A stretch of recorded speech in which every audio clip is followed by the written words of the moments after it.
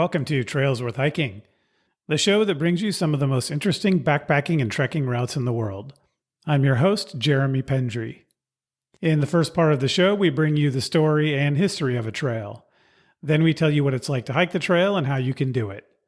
On this episode, we come back to the American West to hike a roughly 40-mile route that has stunning alpine scenery, rugged peaks, glacial lakes, and wildflower meadows, as we hike along the spine of one of America's most iconic mountain ranges. On this episode of Trails Worth Hiking, we hike the Teton Crest Trail in Grand Teton National Park in Wyoming.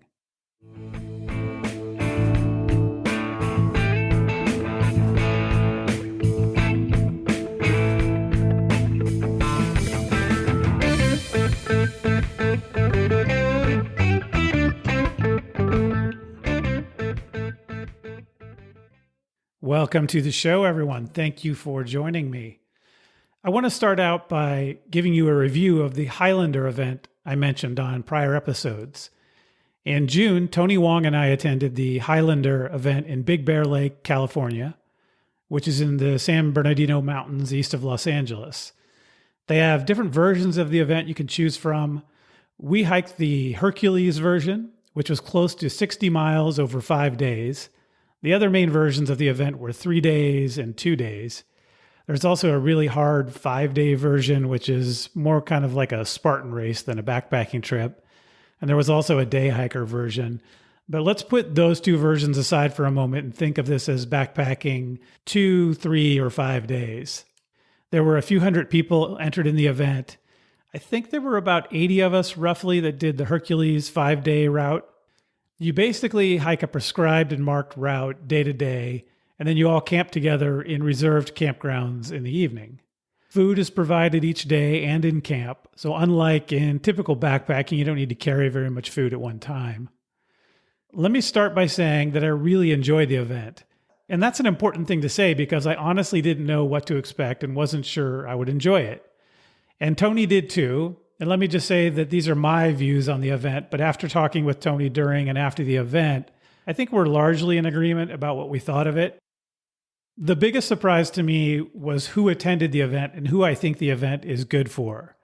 There was a really broad spectrum of experience levels among the hikers, which was great and to me somewhat unexpected. I had expected to see a lot of inexperienced hikers, and there were some of those, but there were also experienced backpackers and even veteran thru hikers. Also, people came from far and wide for the event.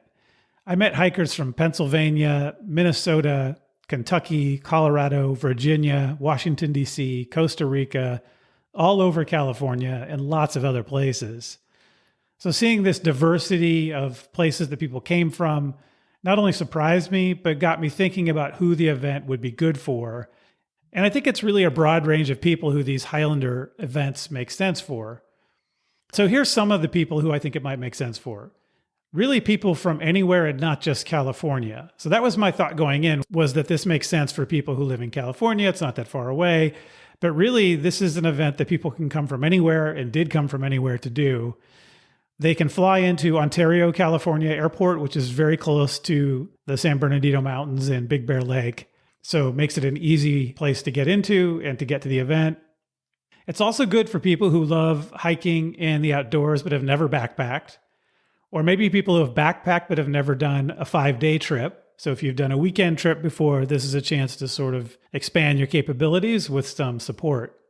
It's also good for an experienced backpacker who wants to meet people who are like-minded and have similar interests.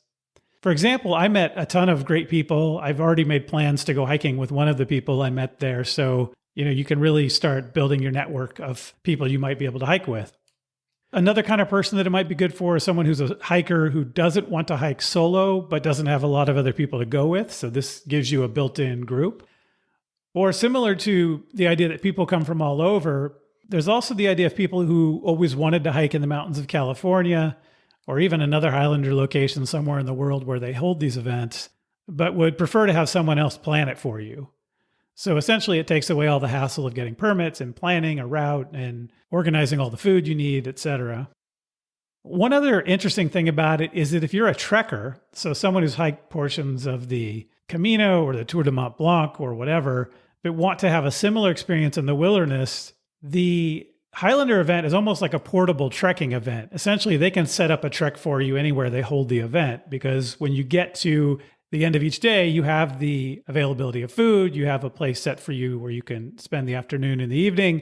So you have a lot of those benefits that you get from trekking from village to village or hostel to hostel, but you're not stuck to a fixed route that already exists. It's basically wherever Highlander puts the route. Another group of people that this is good for is people who really want community around their hiking experience. And to me, that was a big surprise. It had sort of that thru hiker community feel to it, and I thought that was pretty cool. Or if you just want to learn from experienced hikers, whether that's just informally learning from the people you meet on the trail or more formally from the programs and talks that they offer in camp. So that's something else. And lastly, I think if you wanted to get a friend into backpacking or bring a friend who hasn't done extensive backpacking or at all, this would be a good way to do that as well. So I think it's really good for all of these people. Again, it's a wide range of people, and I was really surprised at the different types of people who were there and the different motivations they had for being there. So let me go through some of my pros and cons on the event. The pros, a lot of them mirror what I just talked about in the type of people it's good for. You meet a like-minded community. There's a good sense of community. You can learn skills and gain wisdom through the workshops. They had daily yoga classes. They had a map and compass class. They had a thru hiking talk led by YouTuber Darwin on the Trail. They had Z-Packs there to talk about lightening up your gear. They had some inspirational talks about ecology, stewardship, and several other subjects. They also had live music a couple of nights, which was pretty cool.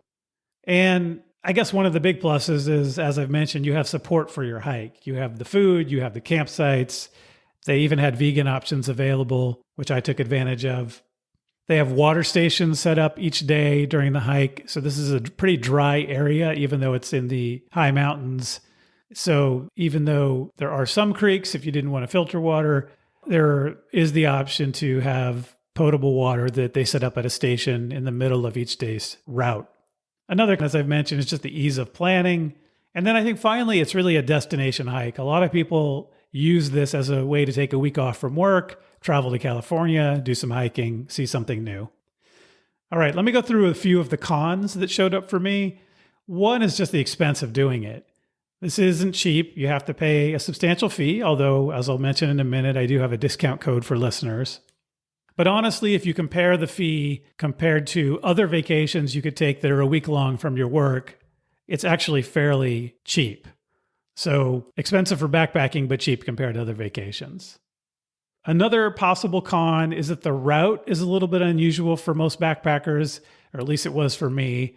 For example, the campgrounds are car campgrounds. They have to be to hold all of the hikers that come on this hike. So you have to get off the single track trails at some point during the day and do some road walking to get to the campgrounds. So there was a fair amount of dirt road walking the beginning at the end of days, which is not typical for most hikes, but that did allow you to get to an area where everybody could be together in the same campground. One other consequence of having to get to car campgrounds for the evening is that the route isn't always linear. There was even one small section that we had to do twice, one time at the end of one day and then part of it again the next morning after leaving the car campground. I don't know if that will be the same route in 2026, but that was one minor downside of having to go to car campgrounds. And there was even one section that wasn't marked as well as it could have been, and I went the wrong way once. And I'm not going to blame it necessarily on Highlander for not marking it appropriately. You know, for me, things do have to be idiot-proof, I'll admit. And this one was not idiot-proof. I know I'm sometimes an idiot in the way I navigate, but that did create a situation where I ended up having to do a couple of extra miles by getting off the trail. And I wasn't the only one that had problems with that particular junction. So that may have been a one-off situation where something wasn't marked well, but that is a risk that the app you're using that they recommend may not line up exactly with the course, and the course may be altered slightly from what they intended or slightly misleading if not marked correctly. And I really think that just comes down to how it gets marked each year as people set it up. One other slight con I'll say is the food choices were a little odd. And I think that's because they're getting food sponsors who provide the food. So you might have some foods that aren't the foods you traditionally use in backpacking. For me, for example, they had some soups, which just don't really fit into my backpacking system. They're not enough calories for what they are, and I didn't use them. But, it really wasn't a problem. I just picked other things that did work better, and some of the foods were fine. But I think what it pointed out to me is you still want to bring your own snacks just to make sure you have comfort foods that you really appreciate, though the main meals are taken care of. And they do have snacks, but they may not be something that you're that excited about, potentially. All right, so those are some of the pros and cons I see. And I just want to say that overall, I think it's a great event. And after the event, I did reach out to the organizers and I told them I wanted a discount code again for the coming year at Big Bear Lake for Trails Worth Hiking listeners. And they agreed to do that. So I encourage you to give Highlander Big Bear Lake a try in 2026. Wherever you live, whatever your experience and skill level, you will gain a lot from the experience. It is truly a unique sort of hybrid backpacking and trekking experience that I think is worth doing. I encourage you to try the 5-day Hercules version of the event, even if 60 miles is a longer backpacking trip than you're used to. This is a great opportunity to do it in a supported environment. Also, if you're going to fly out to California to go hiking, why not go for 5 days instead of 2 or 3? It's set up so it's essentially a 1-week vacation endeavor from your work, so it works out okay to do it that way for most people. But I also think the 2 and 3 day versions are worth trying if that's what you're comfortable with and that's what you have time for. So check out Highlander Big Bear Lake in June 2026, June 23rd to 27th. I'll put a link in the show notes, and you can enter the discount code TWH20. That's TWH20 and get 20% off your registration fee for the Highlander Big Bear Lake in June 2026. If you have questions about the event, reach out to me and I'll do my best to answer them. So that's Highlander, and one great option for your 2026 hiking itinerary.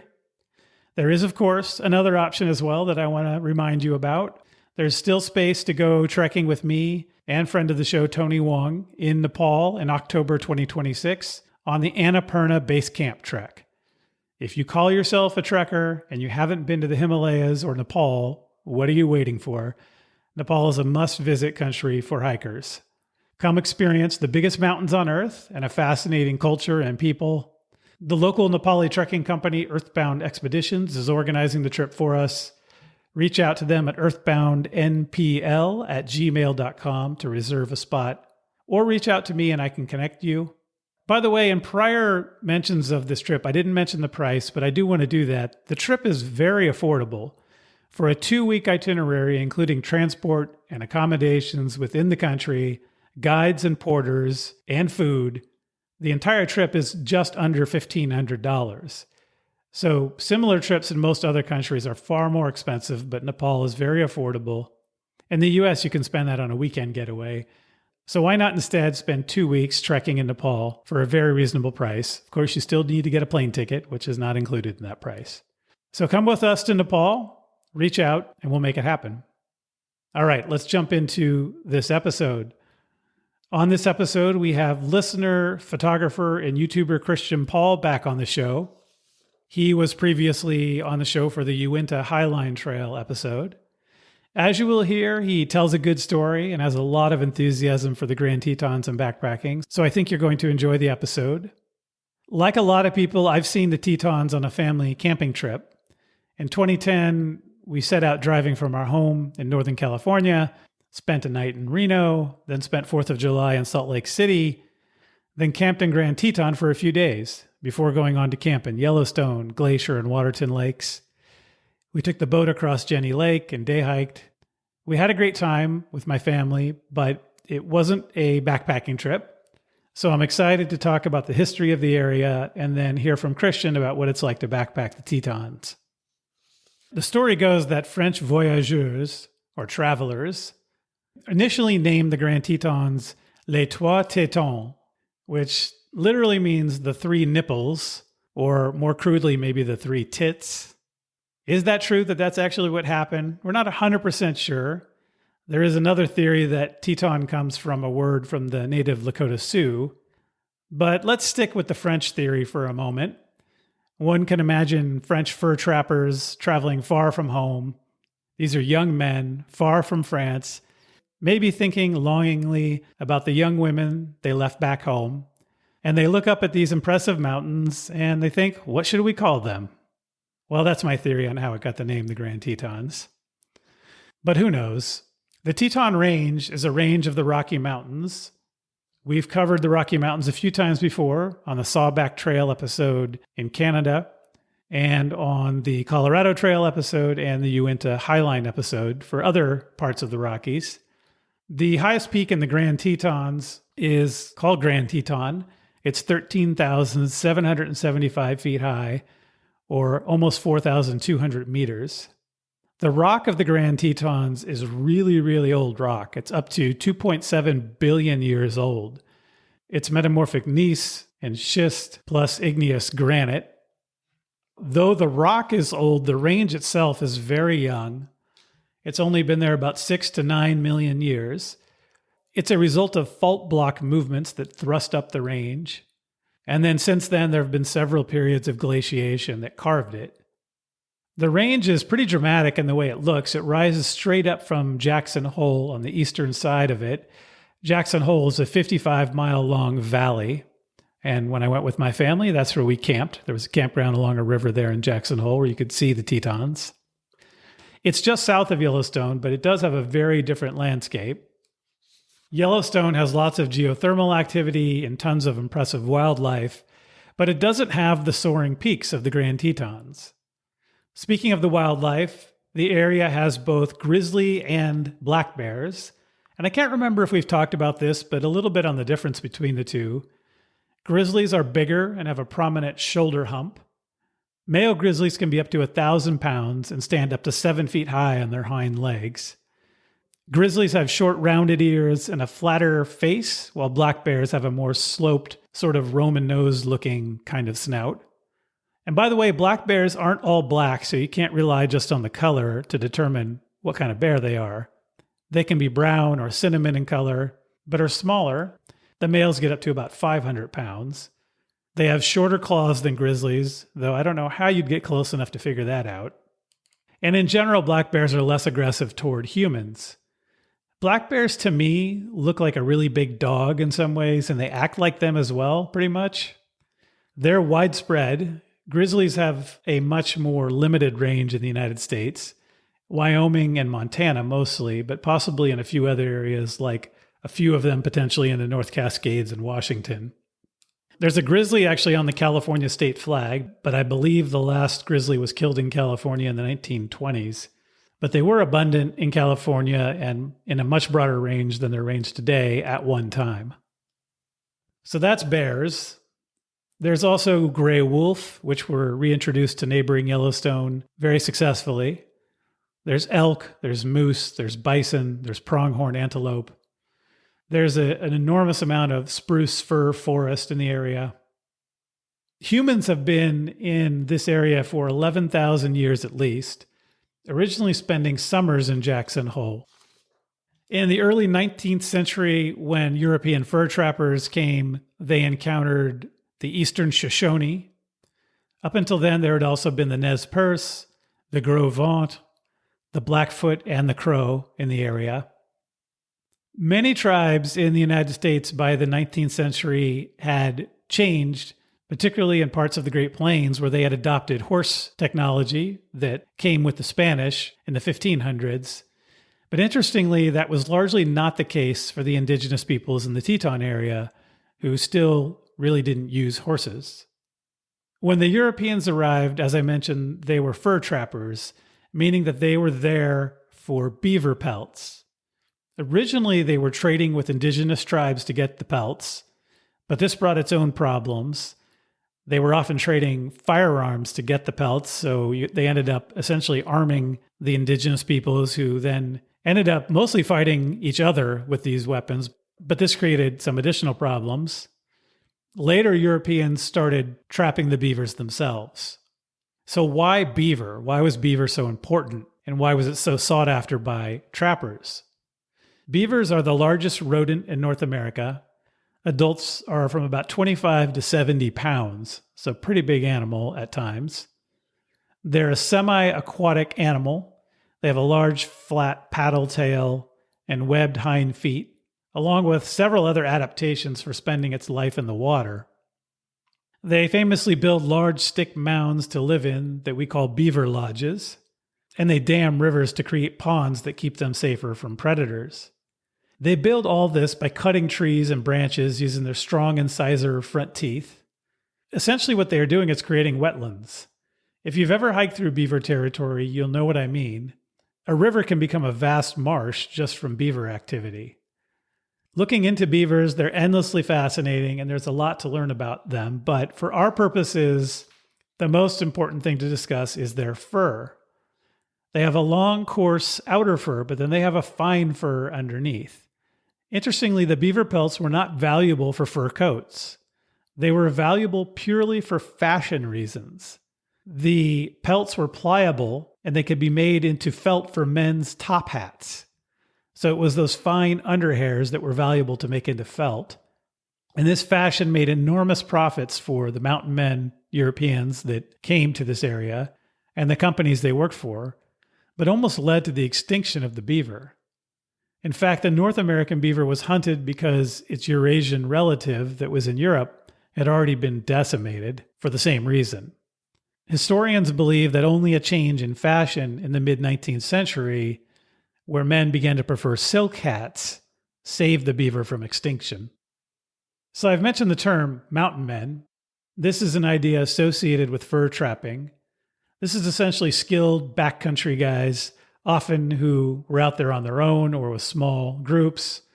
They often had relationships with indigenous tribes for trading and learned some of the languages potentially, and many even married indigenous women. The beginning of mountain men is often traced to a guy named John Coulter, who had been on the Lewis and Clark expedition in the beginning of the 19th century. He's the first known mountain man. He was considered one of the best hunters in the Lewis and Clark expedition, but left the expedition in 1806 to go beaver trapping. In 1807, he was trying to establish trade with the Crow Nation. He left Fort Raymond in today's Montana to go exploring and to meet up with the Crow. And in the winter of 1807 and 1808, he was in Yellowstone and then saw the Teton Range and is believed to be the first European to have seen it.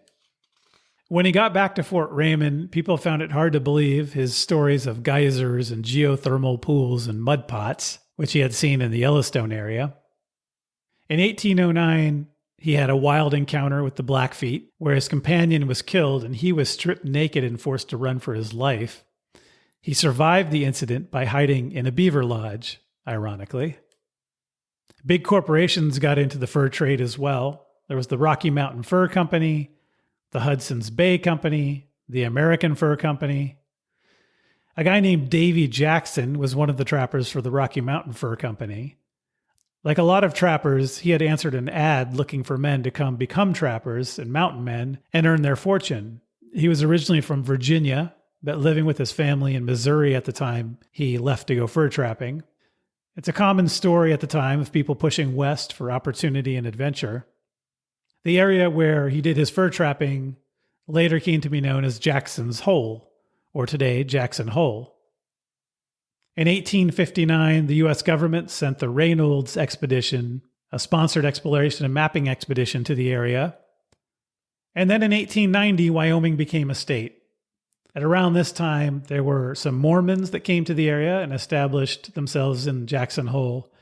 And today, when you see some of the most iconic photos of the Grand Tetons, it's with those Mormon settlement houses and buildings in the foreground of the picture and the Tetons in the background. So those buildings are no longer used, but are preserved, I believe, by the Park Service. I could be wrong about that. Grand Teton National Park was established in 1929, which at the time, Calvin Coolidge signed into law, the president at the time, and it protected the major peaks of the Tetons, but not the surrounding area. In the 1930s, John D. Rockefeller Jr.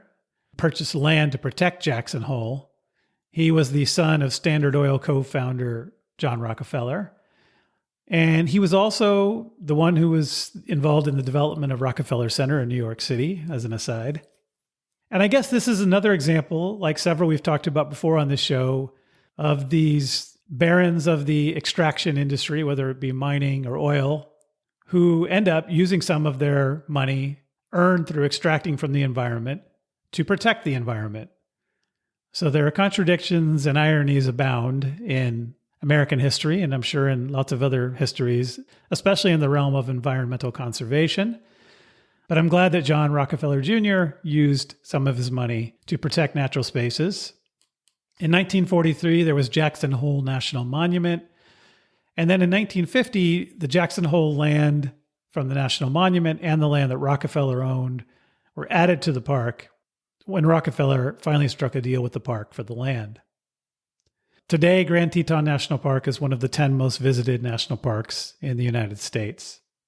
The trail system that makes up the Teton Crest Trail came early in the park's development, and the CCC, the Civilian Conservation Corps, put a lot of effort into building trails there in the 1930s. But then there was also what was called Mission 66 that really helped modernize the trails. In 1956, there was a 10-year, billion-dollar program by the National Park Service to improve the parks, to modernize and expand them, to deal with the increasing number of visitors. And the Teton Crest Trail area benefited from that as well. One interesting innovation from Mission 66 was that national parks got the visitor centers that we all are familiar with today.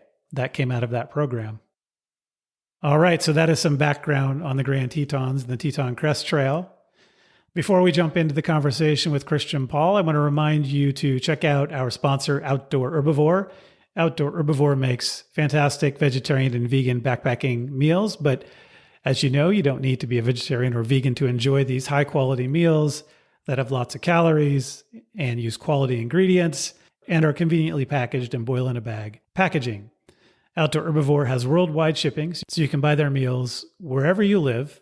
Use the discount code TWH10P, TWH10P, as in Trails Worth Hiking 10%, to get 10% off your order at Outdoor Herbivore at outdoorherbivore.com. Thanks again to Outdoor Herbivore for sponsoring the show.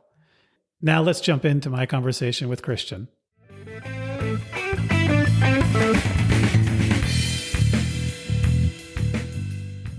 Christian Paul, welcome back to the show. Good to see you again, man. Hey, thanks for having me again. So let's talk for a second about Christian Paul Photography and your YouTube channel, just so folks know what you're up to. You sent me a great calendar for the year, has some fantastic shots in it. Where can folks find you if they want to look at your photography? You just go to christianpaulphotography.com. That will link you to all of my stuff, my YouTube channel, my social media platforms. And if you want to see what I do, I have a college degree in photography. So this is kind of was my baby and what I threw my hat in the ring for. And it's just been awesome to do. And the experience of getting out in the middle of nowhere and testing, with the natural light, your light source is the sun. So that's, it's been awesome. It's been really cool. I'm glad you enjoyed the calendar too. I had a really fun time putting that one together this year. That was a really, really cool project we did. So. And we're going to be talking about the Teton Crest Trail today. And I looked at I watched your videos on YouTube about that trail. And that was really cool to see your hike there. And so just so folks want to check that out, where can they find you? What's the YouTube channel name if they want to see the videos of your hikes? My YouTube channel is Christian Paul Photography. So if you just search that in YouTube, that'll pull that right up. And I actually made a playlist for the Teton Crest Trail. So if you just go to my playlists on the top menu of my channel, it'll automatically simultaneously play all 3 episodes for you to watch. So you don't have to try to pick through and find episode 2 and 3. If you hit that playlist, it'll start number 1 and play all the way through to the end of number 3. Awesome. How did you find out about the Teton Crest Trail and decide that you want to go do this? So, we had our discussion about the Uinta Highline Trail that I did on the last time I was on your show. And, you finished that and, you've done several of these hikes that are long distance. And so I just started ticking my brain. Really had such a great experience doing that one. I started wanting to look around and, found the Ruby Crest and this one happened to bump on the radar and it was just north of me. And I had been to the Wind River Range quite a bit for backpacking. That's an amazing area that I highly recommend. If you love backpacking, you have to visit the Wind River Range, but I had never gone north to the Tetons. And so I just started kind of piecing it together. started it like right after I came back from the Ruby Crest Trail. I started looking at like, oh, how can I do this? What do I need to do this? What are the fundamentals? And it was definitely a little more difficult than the Ruby Crest Trail because there's permits involved and stuff like that. So, and it's in a national park. There's grizzly bears. It definitely has a added level of problem solving that you have to do to get ready to get on trails. So that's why I started looking at it right after the Ruby Crest and just started doing my research. And the national park up there, they've been amazing how they helped me get from point A to point B. And it was just a great experience. I can't wait to share this with your viewers. This is going to be really awesome for them to hear about this trail. So what was the primary sources that were most helpful in figuring out how to do this? Honestly, the Park Service and then the Nat Geo topo map that you can get for the Tetons was probably the two. If you wanted a printed source, I would go with that. But I also, calling the Park Service, I called the rangers. I was just like, hey, I've done the Uinta Highline, I've done Ruby Crest. What should I expect? And they kind of gave me some pointers on like how I could get around, where to park the car so when you exit, just all the fundamentals that you need to do this trail. And they gave me really good advice on like, how do you obtain your permits? Just those things. And they were super, super helpful. So if you're looking to do this trail, I definitely would get in touch with the Park Service, call the Moose Visitor Center. That was probably the best resource for me to do this trail. And so you were also doing this as sort of a birthday trip, right? Correct. Yes. Yeah. Every year I'm like, bye, honey. See ya. I don't know whose birthday it is, me or my wife's. I don't know who's happier to go on this. If she's like, oh, good, I get a week break from him, or But yes, it's definitely decided to do this for my birthday this year for sure. So. And you hiked this one solo as well, right? Yes, I tried to, make it work with some people to come up and do this with me, and I had room on my permit where I could have added them. You just have to let them know at the visitor center, and just no one could get the time off. They all had we're in that post-COVID world now. Everybody's traveling, and kids are in college out of state, and so my partners on the Highline that I had done, they couldn't go because they were going to Hawaii to see, a sibling that was in college down there, and yeah, I just ended up having to kind of logistically put it together. How am I going to do this solo and stay safe and create my itinerary and put it together how I felt like would be adequate enough for me to like experience this whole mountain range. So I've wanted to see this range all of my life. So this was kind of a bucket list for me. And to put it together like I did, it was really, really awesome. So tell me a little bit about that experience of going solo. Was this the first time you had done that? And what was that like for you if you hadn't done a significant trip like that solo? So I haven't done a thru hike solo before. I've done a bunch of backpacking, like 70 to 80% of my backpacking here in the Uintas is solo. Oh, okay. So I'm quite used to being out by myself all the time. But to, bear country, probably a first time solo. So that definitely kind of upped the game and tested my skill set a little bit about like, being really safe with the food, having the bear container, following regulations. And, peace of mind, things that you do when you're in bear country. I backpacked in Denali National Park, and, they got big grizzly bears up there. So, they're real adamant about proper food storage and, that you have to have everything in a triangle 100 yards from each other and stuff like that. And this isn't as rigorous as that, but you still had to think about it when you got to camp. Where's the shelter going? Where's the bear can going? I would hang my pack every night. Not that necessarily had anything in it that a bear would want, but it did carry that bear container all day long. So I just know if there was residual smells. So I just would hang the pack at night with a carabiner and a rope in the tree. And just that way there was no sense in the tent at all. And it just logistically worked out great. It really slept soundly every night, which I was a little worried about that being in bear country by myself. But no, I ended up having some of the best snoozers I've had backpacking in a couple of years. So, and that place really adds to the, experience when you're there. So it really brings out a level of calm in you. The Tetons are definitely magical. Did you have any bear encounters? I did the last day. I saw scat twice on the trail when I was there. I had gone into Alaska Basin. This was night 2. When I had set camp, I did a hiking around the basin because I 10-car fish and I had bought the fishing license for Wyoming. And so I was walking around to the different little lakes in Alaska Basin and fishing they have little like 10, 12-inch brookies in there. And I saw scat several times in there, including ran into a park ranger there, which was really awesome, and did film some stuff in that video you watched. That was really super nice of her to do. And then I saw bear scat on my last night right outside of camp when I was 10-car fishing Holly Lake. Then on the way out, the last 3 miles of the trail, I ran into a very decent-sized black bear that was about as sassy as a dog when he saw me, he gave me the jaw clacks that they do, which, the rangers always tell you be wary of that because that's an aggressive thing. Okay. But then he sat down on his hindquarters. Have you ever seen a dog that's naughty that you're disciplining? Yeah. And they don't want to listen to you. They sit on their hindquarters and they do this scratch behind the ear. Is what he totally did to me. Oh yeah, whatever, man. And then he just wandered off up the hill. I never saw him again. So, I attribute to the way that I packed, anything that was a toiletry kit was in a smelly proof bag. The bear can had all my food and scents and everything in it. I just feel like I had probably less of a bear encounter than I probably would have had because of how I conducted myself on trail.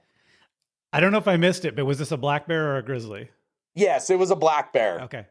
On the shuttle ride to the Teton village, where I took the tram up, and we'll get into all that, we did see a grizzly bear. Where the grizzlies reside in Grand Teton is they don't really go high altitude. They stay down in the lower lands. Okay. Because that's where all their food sources are. The black bears inhabit all of the canyons, drainages, and higher terrain. So they do occasionally see a grizzly up in the higher terrain. So it's definitely best to be prepared. Bear spray, bear can. But, as far as seeing a grizzly on the trail, you're probably really highly unlikely. It's going to be a black bear if you see anything up at those elevations because you're on top. I mean, they call it the Teton Crest for a reason. You are on top of the Tetons. So a lot of us who've been to the Tetons have seen it from the Jackson Hole side, right? That's the typical shot that everybody sees of that beautiful big, range right in your face. It's just really impressive. Where does this hike go? Is it basically behind that? And where are you going through the range and what kind of terrain are you seeing on this hike?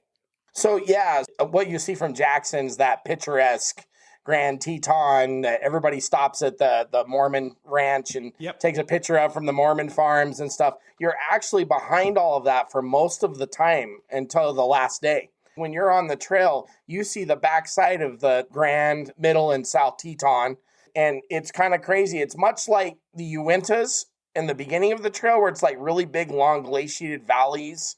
And then it becomes much more jagged like the Wasatch towards the tail end of it where you come out of North Fork Cascade and go over into Paintbrush. So you kind of have a mix of terrain in this. And, from my understanding, the geology that the range was 33 million years old is what the rangers were telling me.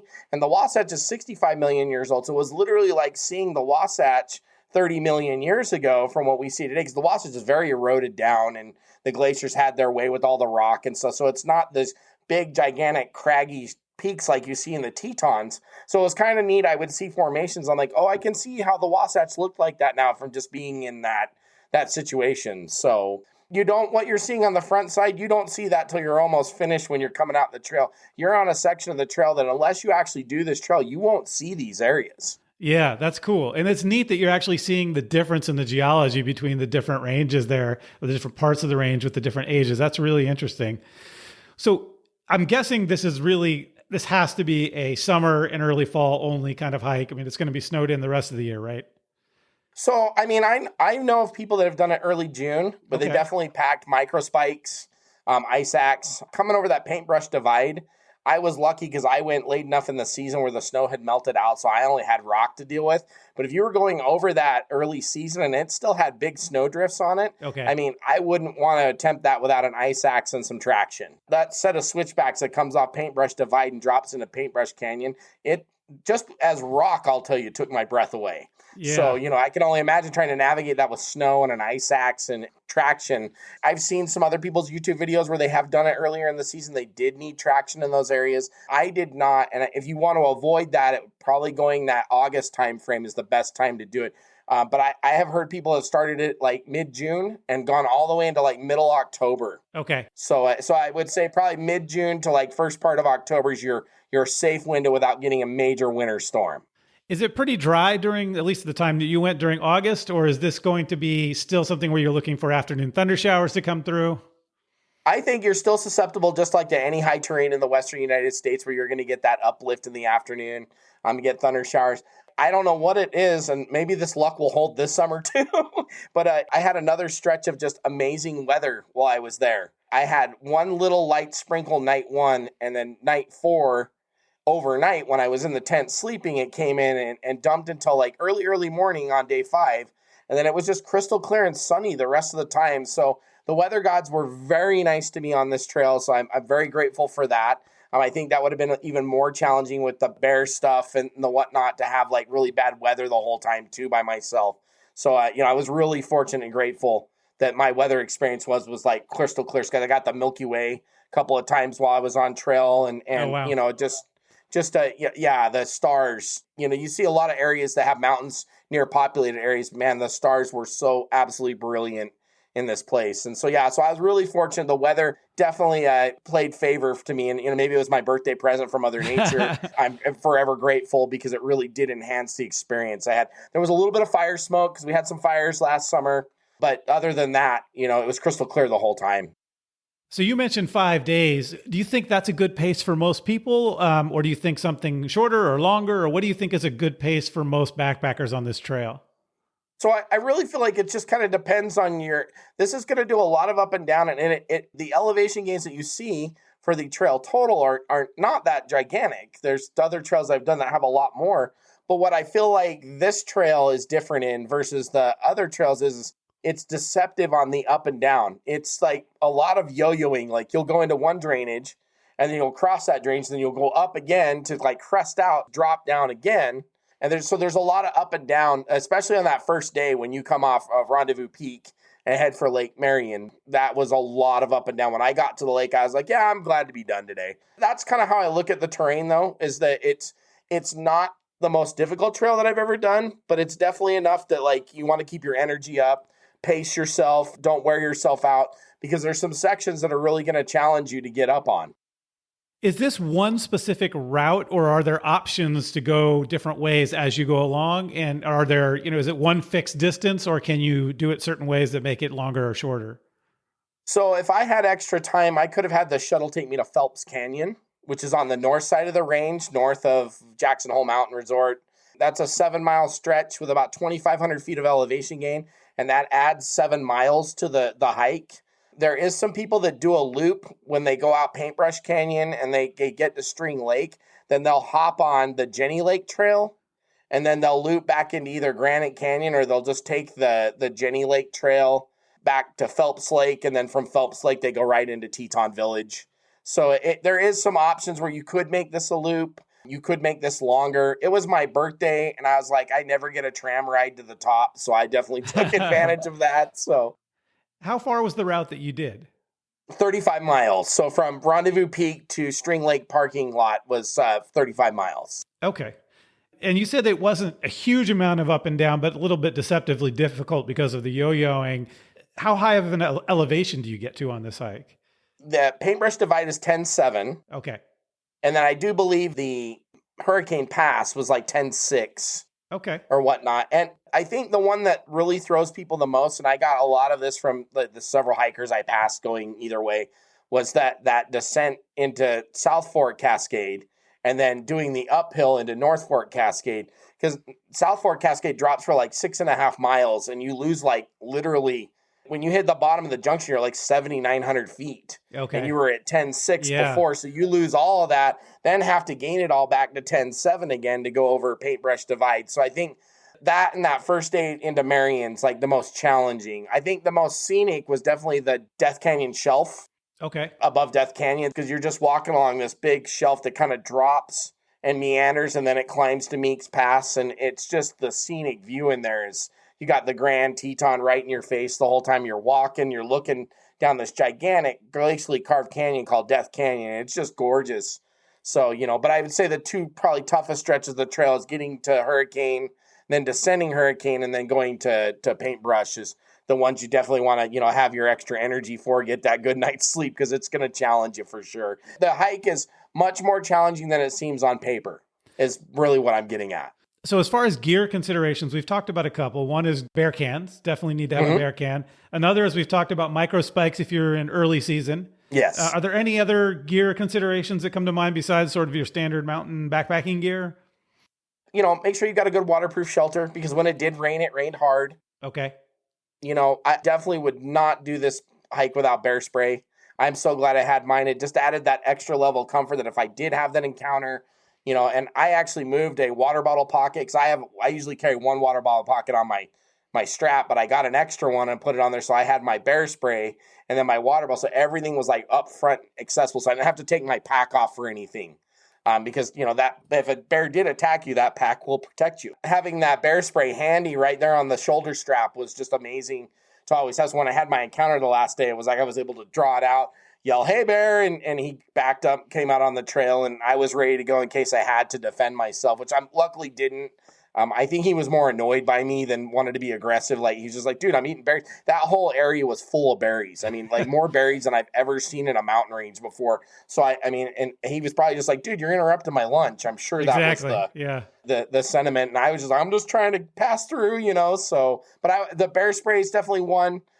I would go, if you're doing a bear can, repackage all your freeze dry stuff. I have a video on my channel about that I explain. I actually just did a review on my channel for the can that I carried on this trail, and it explains how I was able to get, they say 1 to 2 nights in the can I had. I was able to get 5 days worth of food in it. Wow. Because I took it out of the package of the freeze-dried stuff comes in and put it into a boil-in bag, and per calorie, per ounce, break down my food per day. So I had everything fit in that bear can, so I didn't have to worry about my food. The only thing I carried in my pack was the first night's dinner and some snacks after dinner. Other than that, everything was in the can for the whole trip. By the time I came out String Lake, there was like I think I had some like cheese crisps and a granola bar or whatever. And, was real happy to get to the car for the beers that were waiting in the trunk. So one thing on the bear spray, if you're going to put it in a bottle pocket on your front, don't confuse that with your water bottle. That would be awful. No, exactly. And another thing is that generally I have this counter assault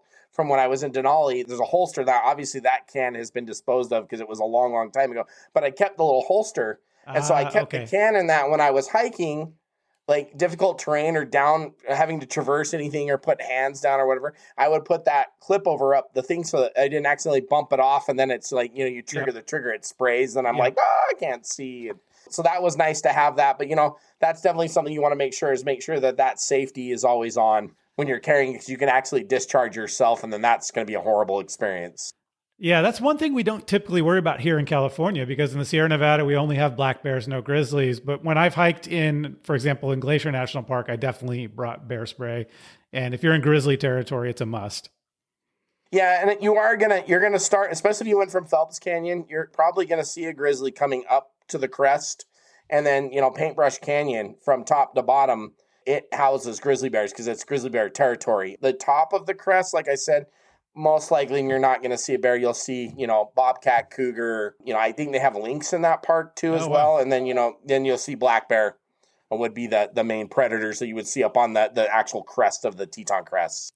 And so you mentioned that the National Geographic map is a really good map to have. How's the signage on this route? Is it pretty easy to follow? Oh, it's so well signed. Like, it is insane. Like, anytime that I'm looking at, because I use my Garmin, I drew my route in the Garmin, base camp, and then uploaded it to my device. And I'd be like looking at the phone, because the map's on the phone, it's Bluetoothing with the Garmin. And I'd be like, oh, it looks like a junction's coming up. And sure enough, like right around the corner, here's these really nice big signs that the Park Service done and exact mileage from where you're going. You're not going to get lost on this trail because there's just so many signs everywhere. If you do that first day where it goes up and down all those ridges, every time you either get to the top of one or the bottom of one of those drainages, there's a sign directly pointing you in the right direction. So it's, as far as like signed trails, it's one of the best I've ever actually walked. Okay, and you hike this trail from south to north? Yes, correct. Okay. And is there a particular thinking on that, or is that typically the way most people seem to do it?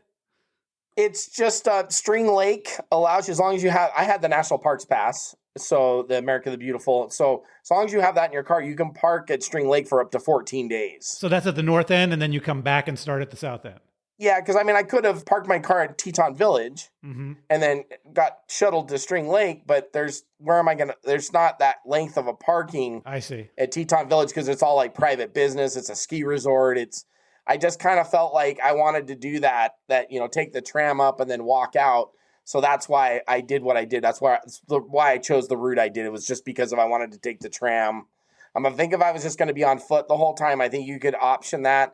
There's several different ways you can access this trail. You don't have to just go the tram. You could go up Death Canyon. You could go up Phelps Canyon. It just depends on the permit you can obtain from the national park is where you start. I ran into guys that came up Death Canyon, and when I got to that junction, they were sitting on a rock. They had just barely finished getting to the top of that canyon, which is like 10 miles. Yeah. So, and they were pooped. And I stopped and talked to them for a minute and asked how that was. And they said it was really beautiful. Just a lot of cascading water. And they seen a lot of deer and a moose and stuff.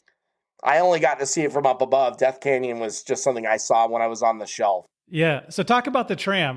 What is the situation with that? Yeah, the tram is, you got to pay for a ticket. I generally do believe, I think the ticket was like 20 or 30 bucks. I actually have a friend that works for the resort there. So I was actually able to get a buddy pass from them. Oh, nice. And that was really nice. So I didn't have to, it was a birthday present from them. I just called and said, hey, can you get me a discount? Yeah. And they were just like, well, why don't I just give you one of my freebies? Because I don't have any family to use my freebies anyways. And I was just like, okay. Perfect. So I was very grateful of that person to do that. I really appreciate that they did that for me. But, you're going to pay, 20, 30 bucks for the tram. It's really nice because it gives you this kind of like beautiful view of the Teton Valley. You kind of get an idea of where you're going terrain-wise. Right before you get to the top, it passes a really well-known feature called Corbett's Couloir, which in the wintertime, they throw a gigantic contest called the King and Queens contest at Jackson Hole. And it's people like literally catching air into this couloir, which is just massive, as this giant wind lip on skis and snowboards. And they have a contest to see who's the best woman and man that can huck themselves into this thing. And you see that right before the tram docks. And then you get to the top, and there's this cabin on top called Corbett's Cabin, and you can literally get a beer and a waffle before you hit the trail. Nice. So it's a really kind of neat experience. You get to the top, there's a Waffle House right there. Like you go in and get a fresh pressed waffle and beer, and then you can zoom down. And it's about a quarter mile from the peak is where you hit the park boundary. And then you start your dips and weaves and bobs from there to get into Marion Lake, which is about 6.2 miles is what I clocked to get in there for the first night. And before we forget about it, after you leave your car at the north end, what's the situation with getting a shuttle back? So the shuttle I had talked to the people at the Cash House that I stayed at. It was a hostel in the bottom of the Anvil Hotel, which is in downtown Jackson. And they had recommended this guy named Tony, or if you call this number, he has a bunch of shuttle drivers where they all work together and pool their money. They shuttle people from different parts of the park. So I had called Tony's shuttle and arranged for a shuttle to pick me up at String Lake the day I started, which was my birthday. So my first day on trail was my birthday. That was pretty cool. And Sarah was my driver. She was amazing. We had a great conversation.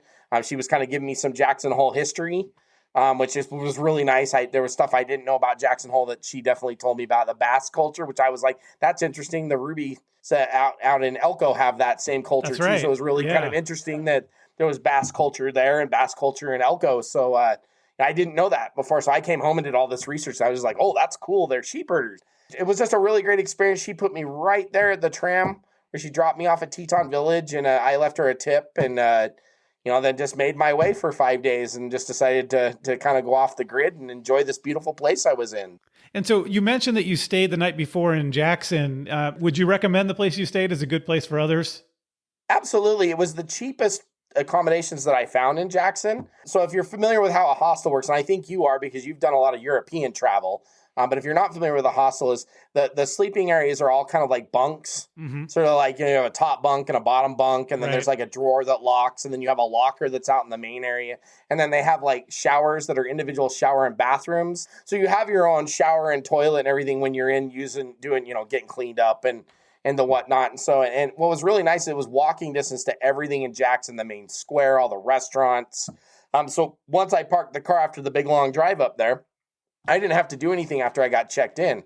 I was just able to just kind of like go out, get some dinner, and get, there's the big antler arches that are in the main square. Everybody gets pictures. So I got my picture there. I had to do that because, it's a touristy thing to do. And my wife wanted me. She's like, you got to get the arches with the antlers. I was like, okay, I'll do that. And I just met a lot of people. I met people from England that were in that I got to talk. It was so crazy. Like after I got out, and, of course you go to Jackson Hole, you're thinking like, I'm probably going to a steakhouse, right?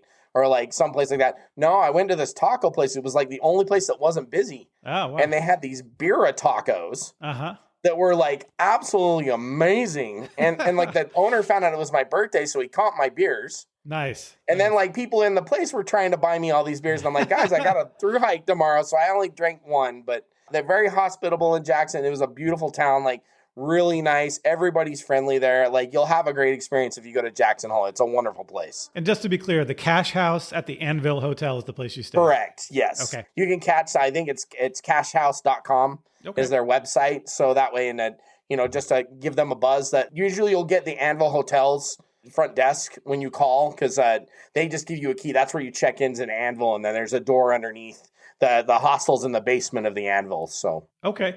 And talk a little bit about the permit system for getting a permit to do this hike. They reserve 25% of the permits for this first Wednesday in January that they do every year. So whatever the year I did it last year, it was the January 8th. Okay. So I had to call, I had to get on recreation.gov, put all my stuff in. I had my entire itinerary but Holly Lake. Okay. So what I had to do is I went in a day early on the trail. I went in a day before I started and was able to walk up and get Holly Lake. They gave me the final itinerary on it, but I was able to get Marion Lake. You don't have to reserve Alaska Basin, but you do have to put it in your reservation when you're reserving in recreation.gov. And then I had North Fork Cascade, which was the other one that I got, but Holly Lake was already taken. So there's 75% of the permits that they allow you to do walk up. Okay.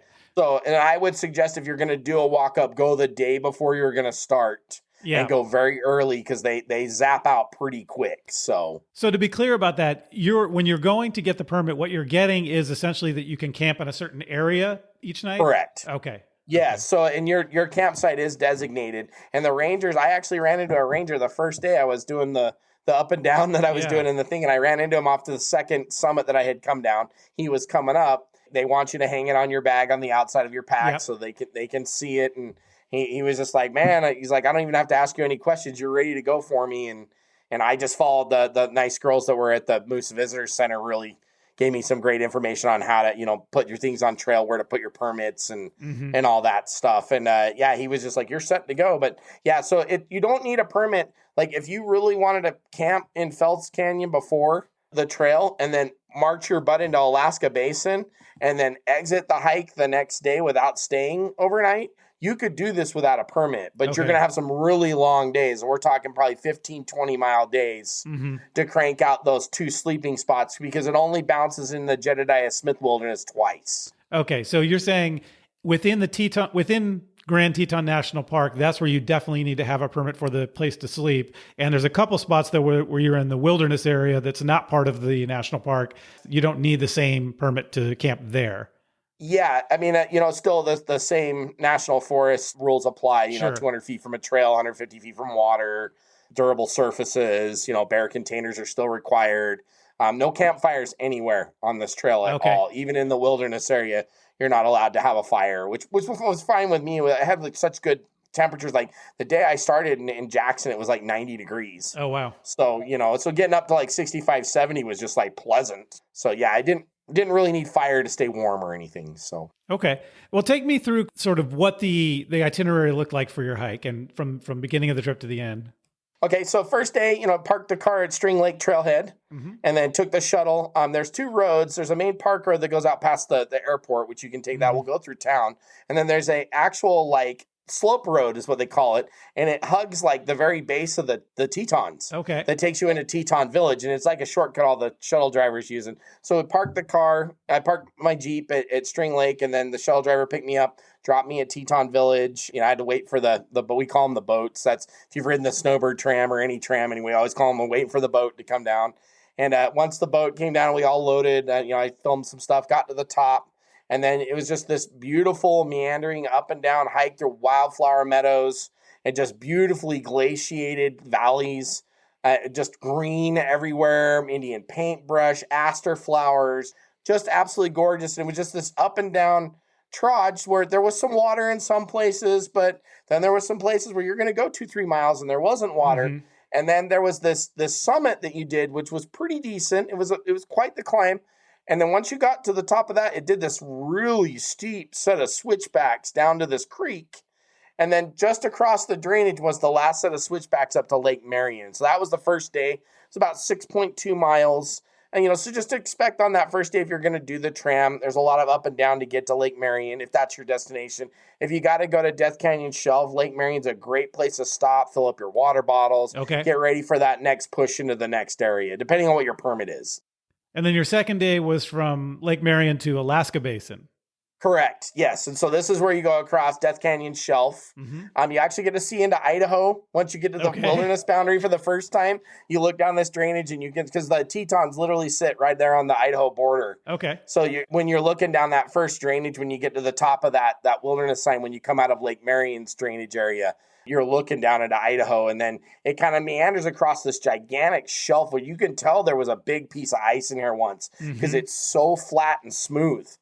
But this is where you get your very first view of the Grand Teton.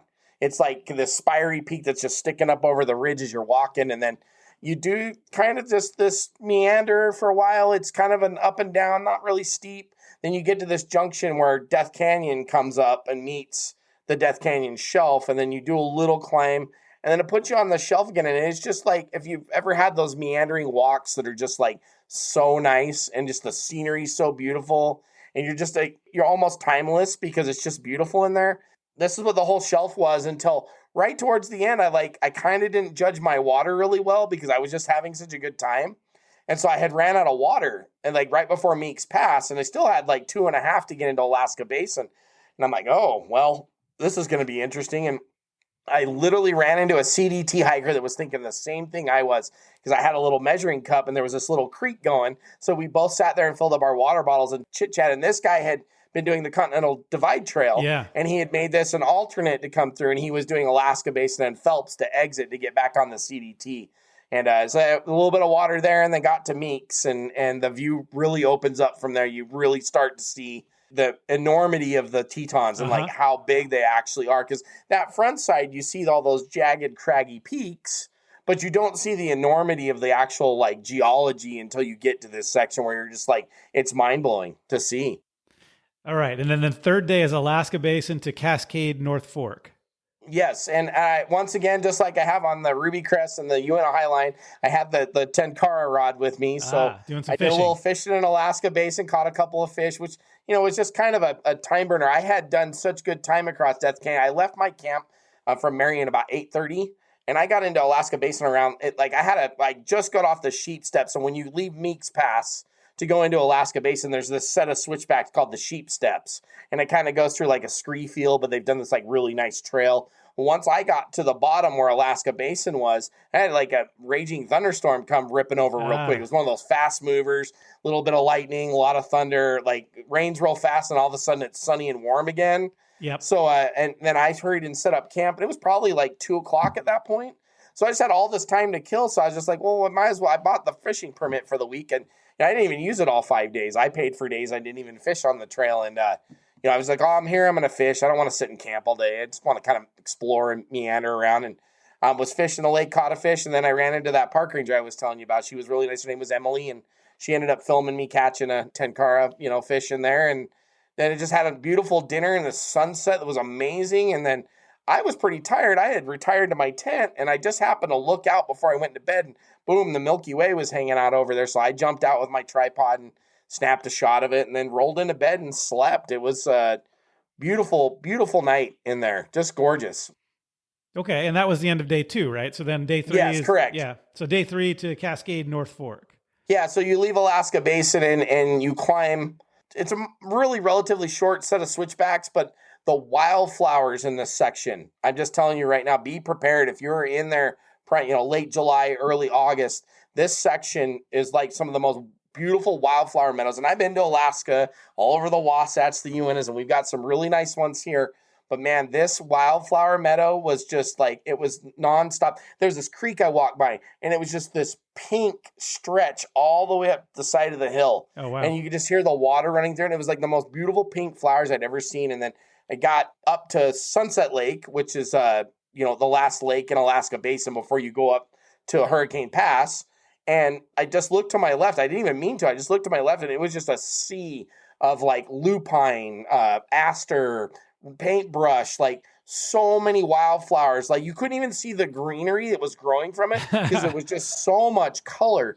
And I stopped and I shot a whole bunch of video there because I'm just like, I have to take this in. This is amazing. I was almost choked up at that point because I just could not believe how beautiful that was. Even with the fire smoke, it was still just so colorful. Then once you pass that pink stretch I was telling you about, you do this like one single switchback to the shelf. And then you're looking back at like, you can see Meeks Pass where you dropped in the sheep steps. You can see all of Alaska Basin. And then it starts doing this really weird set of switchbacks in this cliff band, which you're kind of like, you can't see the next one. So you have no idea where it's going. So you just kind of have to trust, my GPS is saying this is the right route. Yeah. And then it gets you up into this kind of glaciated like draw. And it's that last slog. You know how it is when you've been climbing and climbing and climbing. And it's like that. You're almost done, right?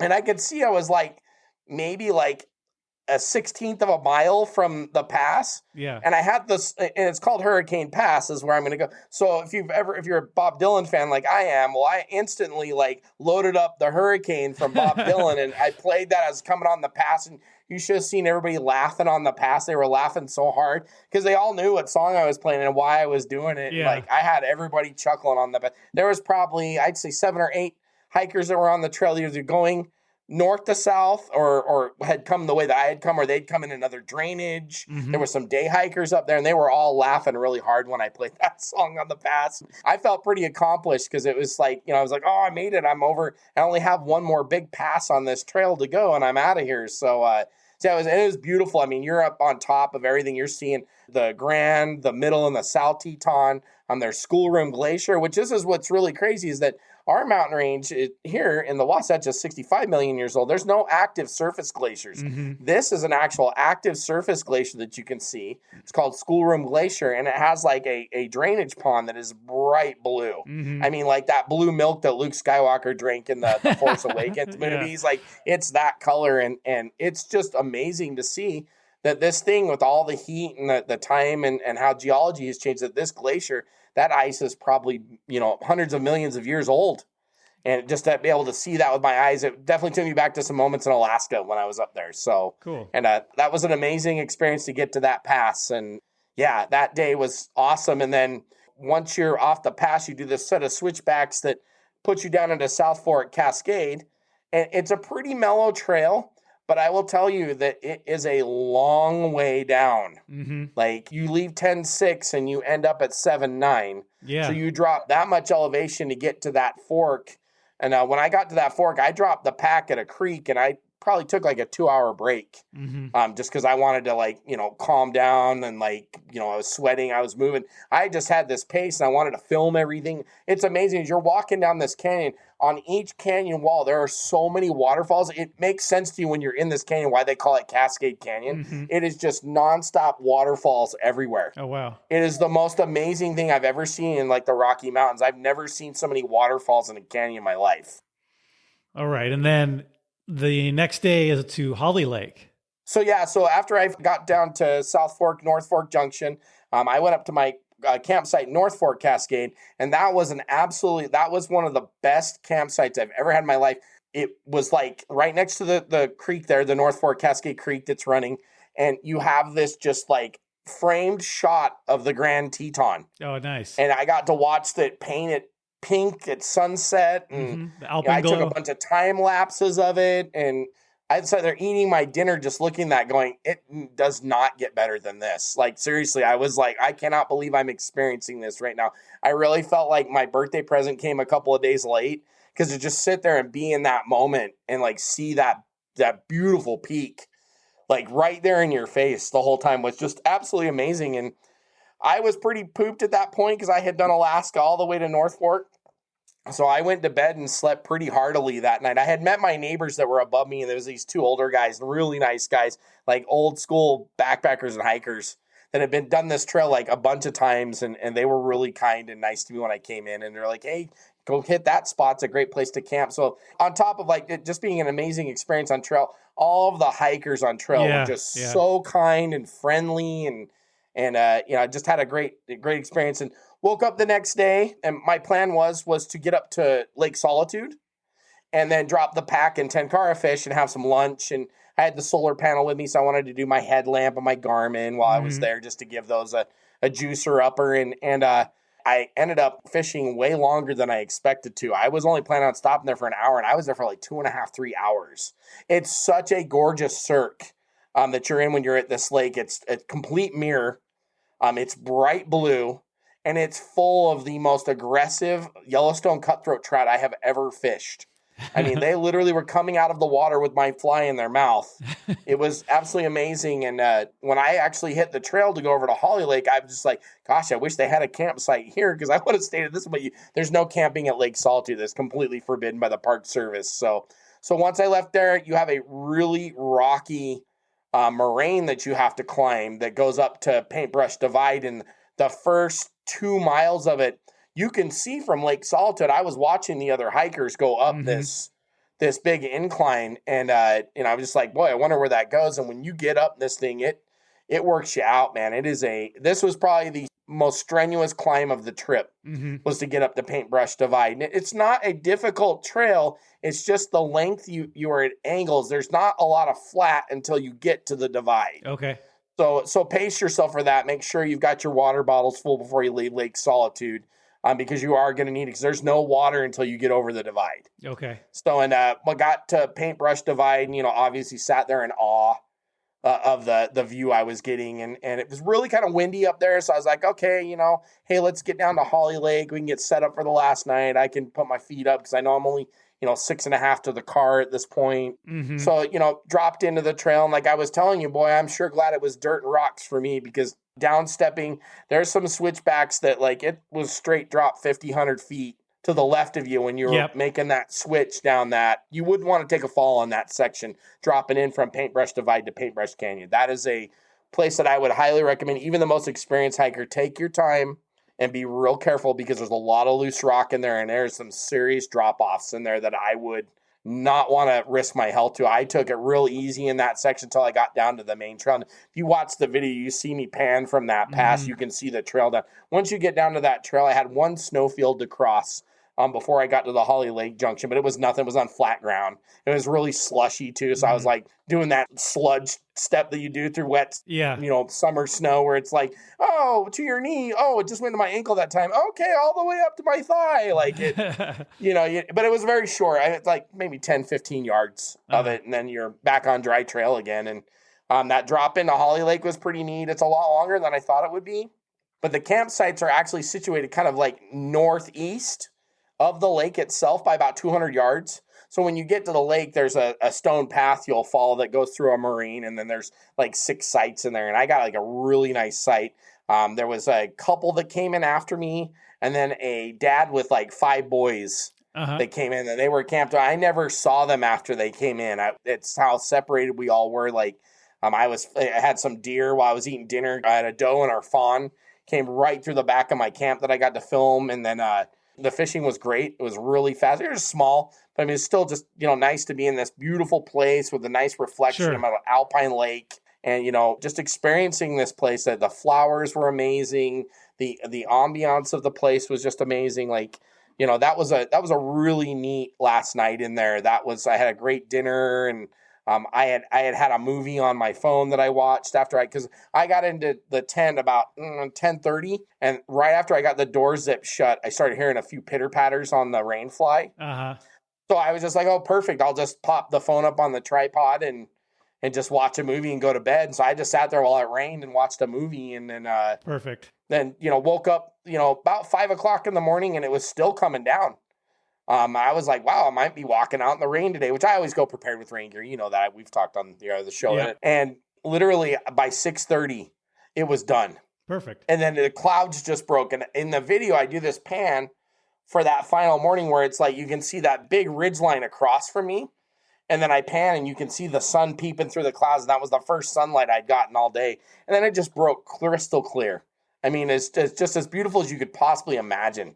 That was great. I had coffee and breakfast. I just kind of milled around camp a little bit in the morning. It wasn't the other days where it was like, hurry up and pack, get going. I kind of took my time this day because I knew it was the last day I was going out. And then finally hit the trail. I think I hit the trail about 9:30. I was kind of late leaving. And that walk down, and always, if you're going to come over Paintbrush Divide, do that cutoff through Holly Lake and do the cutoff that goes to the unnamed lake before you get back on the paintbrush trail. Because there is this unnamed lake. It's the third episode. It's the cover video I use. This unnamed lake was so beautiful with the geology and the reflection in the water. It's absolutely worth seeing on the way out. And then it's just this Paintbrush Canyon is this really super steep, cross many moraines canyon that I can't believe they even have campsites in this, because I don't see, like, I passed a couple of it. It's a very short window. It's like maybe 3/4 of a mile where like the camping zone begins and the camping zone ends. And I couldn't quite figure out how they were camping in there, because it was like literally steep shelf to the creek in the canyon. And then it was just like moraine behind you. So I didn't get to see the campsites in there. They probably have absolutely fabulous ones that I'm not aware of. Honestly, like, I just couldn't believe, like, I was just like puzzled, like, where's the campsite at in here? But, that didn't affect me. I wasn't staying there. And then I had passed some people that I had seen when I came over Paintbrush Divide, because he was telling me the fishing was really good at Holly Lake. And I had ran into them. I guess they had the lower paintbrush campsite. And I saw them, and then I passed on from them and was walking. And I got about 3 miles to the trailhead. And came around the corner, and there's this big black fuzzy butt sticking out of the berries. Yeah, there's your bear that we talked about before. Yeah, and I was just like, oh, hey, bear. And he kind of backed out of the bushes, saw me, did his thing, and then moved on. And I think that as far as heightened alert, that last 3 miles was probably the most anxiety-ridden. I was all by myself, had just seen a bear, didn't know if he was following me, like... I definitely looked over my shoulder a couple of times. And I met the junction. There's a peel off that you can either go to Jenny Lake straight, or you take a left and it takes you to String Lake. And there's a really well-signed area there too. And I ran into a guy and I'm like, do you mind if I just follow you out? I just want to make sure this bear's not following me. He's like, oh, I saw that. This guy had seen the same bear like 20 minutes before me. We didn't hike together. He was like probably 50 yards ahead of me. We just kind of stayed in each other's visual distance just to make for sure. And then you cross the String Lake. They call it String Lake, but it's actually like a river. You cross this bridge over String Lake, and then it does the shoreline trail on String Lake for about a 1/4 mile. Then you end up at the trailhead lot where I had left the thing, and came up there, and these 2 rangers came up to me and said, hey, did you see a bear when you were coming out of the trail today? And I was like, actually, let me tell you. And I showed them the pictures, and there's a picture of me in the end of my video with me standing with the 2 rangers there that I had told my whole bear experience with. And that was the gist of the hike. It was definitely it was a little melancholy to finish, because I definitely could have used another day in there. It was just a beautiful area, man. Like, just really unique to see the geology and the flowers and just all the beautiful things that an alpine wilderness like that offers, And they've done, I will tell you this, that the national park has done such an amazing job managing this trail. It's probably one of the best managed trails I've ever walked in my life. They just... So on top of every single person in that park that I had to deal with was just absolutely helpful, went out of their way to like bend over backwards to help me, give me good info. And, hats off to the Grand Teton National Park folks, man. They have earned my respect. It's one of the best national parks I've ever visited. And I've been to a lot of them. And that staff right there, they run a tight ship. I'm really impressed. That's great to hear. Do you have a top moment that sticks out for you from your 5 days on this trail? I would have to say the fishing at Lake Solitude, because it was timeless. Like, I got up there and it was like 9:30 in the morning, So I was just like, I wasn't really in a hurry or anything. And next thing I know, I look down at my phone and it's like, 12:45. Yeah, that's cool. And it was just so timeless in there. But I think that dinner on night 3, when I was in North Fork Cascade and seeing the Grand Teton with that big draw and that shot, it was just awe-inspiring. It was just like, wow, I had no idea I was going to see that while I was on the trail. And just to get to sit and take that in, there was something spiritual about it. I'm not going to lie. It really definitely touched me in a way that I didn't think that it would. And I was so happy. And I was just at home. My wife's like, I want to see all your pictures. I'm like, no, you got to see this one. Yeah. Like, it was that moment where I was just sitting there enjoying that view. And so, but like the whole trail is just like along the way, you're just going to see stuff that, oh, that was great. And you have no idea that it could get better than that. And then all of a sudden, boom, here, have something better. Like, as you go, the trail from start to finish just got better and better and better. And it really honestly just made me want to go back when I walked out of there at the end. That's cool. I was like, gosh, I really want to come back here. It's beautiful. That's awesome. Hey, Christian, thank you for telling us about your hike on the Teton Crest Trail. It sounds like a fantastic trail, and I really appreciate your enthusiasm and the level of detail you talk about this trail in. I mean, you remember so much, so vividly about every step of the trail. That's really cool, and I'm sure listeners will get a lot out of that. But before you go, I've got a few other questions, if you don't mind. No problem. Go ahead. All right. What's one piece of gear you don't leave home without? So on the last episode that we did, I was telling you about my Garmin, Yeah. which I don't think it's fair to repeat that for the episode. So I walk with a trekking pole. Okay. I'm 51 years old. I'm not a spring chicken anymore. My spring chicken card expired when I turned 50. So I really feel like just having a single trekking pole as a photographer, it's really important for those steep step downs and those rocky areas. And you don't think about it, like a lot of my desert hikes, I leave the trekking pole at home because sometimes you got to get on sandstone with all fours and whatnot. But when you're doing these alpine hikes, man, like I have a personal relationship with my trekking pole now. You get what I'm saying by that? That's great. I know it sounds weird, like to have a relationship with a trekking pole, but no, that's the truth. Like I really I know how Gandalf feels now. Don't take my walking staff. Like I get it. It's just this. It's like your companion. It's going through everything with you, and like it's not only like my walking stick at night. It's my pole for my shelter, and yep. And the trekking pole will never not come on a backpacking trip. I have to bring it. What's the next trip on your list? So I'm actually looking at some stuff in southern Utah right now for a spring trip. But this summer, so most mountain ranges have a crest trail or a highline trail, but I can guarantee you almost not all of them have two highline trails. Okay. So everybody's heard of the Uinta Highline Trail. That's a very well-known. There's been movies and documentaries. We've had an episode where I sat in with you and told you about my experience on it. There is a north side Highline Trail that basically skirts the north side of the Uinta Mountains through all of those drainages for 51 miles. Oh, nice. Starts at Spirit Lake and it ends in the East Fork, Black Fork drainage. And you get to see all the picturesque lakes. Like, you're going to see Spirit, Tamarack, Fish Lake, Beaver Lake, Gilbert Lake, Red Castle, and then you would exit the Bald Mountain Trail, which is absolutely like one of the most scenic things you'll ever see. You're like, that trail is like one of the steepest switchbacks you'll climb, but then when you get on top of that, the views are absolutely unreal. And that's the exit. You come out across this gigantic glaciated valley that's at like 11,000 feet, and then you hit the set of switchbacks that go down for like 4 miles.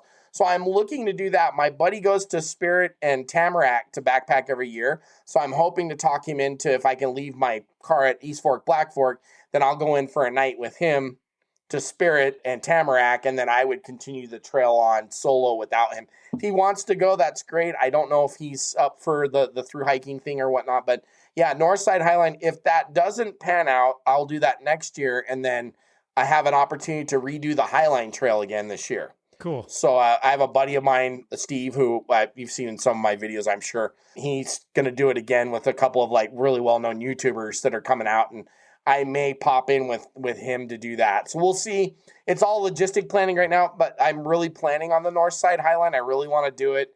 It's really going to be a really good fishing trip because all of those lakes and rivers that traverse all those drainages are just absolutely like world-class blue ribbon fishery. And it's not the strenuous like 7 big mountain passes like the Uinta Highline Trail is. You have Thompson Pass to do, and you have to do the Cabell Ridge. And then you have to go over the drainage that goes from Henry's Fork, where you climb Kings Peak, to Red Castle, and you go through Lake Hesse, but it's not a big pass. And okay, a lot of the trail you're going to be sitting at like 8,000 or 9,000. Thompson Pass is like 11, but you're not. So it's not as high altitude as the regular Uinta Highlines. So, and I haven't seen anybody do the entire trail as like either a recording or a video. So I really have a opportunity to like present something to people they've never seen. And I have been into all these drainages individually, and I've seen all the junctions.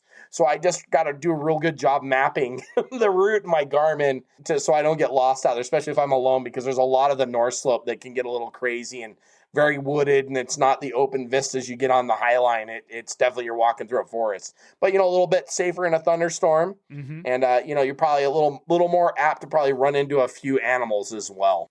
All right, last question. What is the most valuable thing that backpacking has taught you? I really feel like it all boils back down to just overcoming those fears and growing. I think when we step out into these wild areas, they test us as human beings, and you learn a lot about yourself. I mean, I know I kind of had mentioned some of this on the Highline Trail, but I feel like I have even a deeper experience with it now that I've done 3 of these big long trails and all the years I've been backpacking. I just feel like that it really just kind of tests your mettle, teaches you what your tolerance levels of things are, how hard can you push yourself? What's your endurance and limit? All these things are great to know, because the older we get, and I keep questioning this every year. Like, I had a little rough stretch this year with like an elbow injury and a hip injury.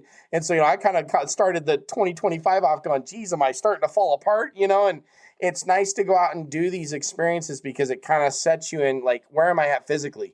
What can I actually do? Because we all have these grand aspirations of doing all this stuff. But if you're getting out every year and you're backpacking, it really kind of hones in on, like, where's your physicality at? How are you feeling? And I feel like that's kind of where I have found the most value from backpacking. Is it kind of tests your mettle, shows your worth. And that's something really important with self-confidence. Like, being able to rely on yourself and be able to know, hey, I'm going to make good decisions. I don't need to panic. I don't need to live on the anxiety. I can do these things and enjoy them while I do them. That's a great place to leave it. Christian Paul, thank you for coming on the show. I really appreciate it. No problem, Jeremy. Thanks for having me again. Like I said, this is a podcast that everybody should be listening to. And if you're not, you're missing out. I'm telling you, there's some great episodes on here. And thanks for doing this, Jeremy. It's awesome to listen to. And trust me, every single time a new episode drops, I'm like on the button listening to it. So keep going, man. You're doing great.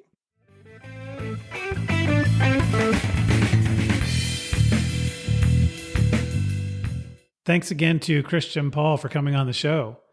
And I hope that we've inspired you to hike the Teton Crest Trail. And if you've enjoyed this episode, tell a friend about it. Or better yet, give us a good review on whichever podcast service you use. And keep in mind that this podcast is entertainment and meant to spark your interest. If you decide to hike the trail, do your own research. Like anything else worth doing, outdoor adventure has risk. So when you go, pack your common sense. And when you get back, tell me how it went.